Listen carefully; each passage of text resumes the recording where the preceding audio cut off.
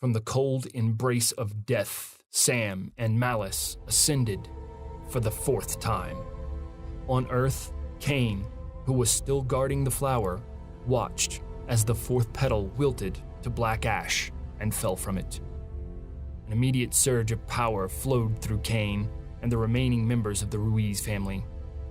Back on the surface of the moon, Sam's body began to reanimate. Similar to the first two ascensions, Malice was in control, but this time, he didn't have to force his way in. Sam willingly placed his faith in the demon. The new essence that poured through his cells accumulated in his core and changed his body. Like it did with each petal, the god would be granted a vast overload of power for a short period of time.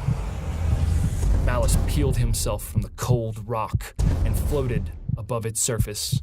From his back, massive boils of slime and light grew until they erupted through his skin. The black sludge twisted and wrapped itself around the golden light, forming into the shape of enormous wings.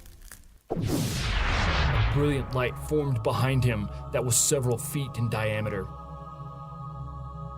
Its glow was astonishing and could be seen from the earth.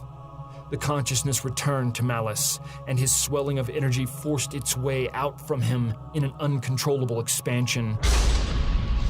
The waves of his raw essence looked like the fields of a magnet as they whipped away from his newly converted body and sliced their way into the deepest layers of the moon.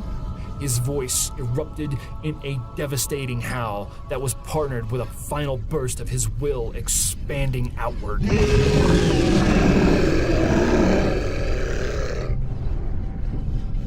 It was this final blast that dealt a devastating blow and broke the moon in half.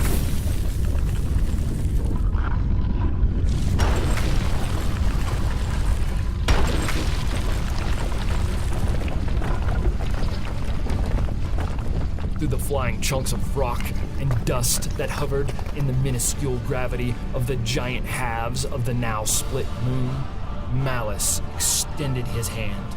Using nothing but the force of his will, he summoned each piece of Sophia's body, shifting her atoms to reassemble.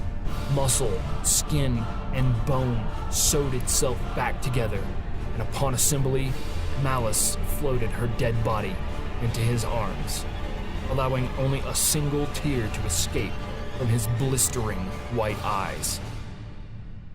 They sucked backward into the vortex of a teleportation and reappeared in the sky above the other angels, Ismael and the Ruiz family. Slowly, he floated down, wings spread and light radiating out from behind him, and in his arms, Victor saw the body of Sophia. "No," he said quietly as a quiver overtook his chin. "No, no, no, no, no, no, no." Malice touched down before him and lay her body at his feet. Victor fell to his knees and grabbed her, rocking back and forth. Julieta and Isabella began to scream for their mother, and they too ran towards her. The silence was devastating, and only the sound of misery and loss filled the air.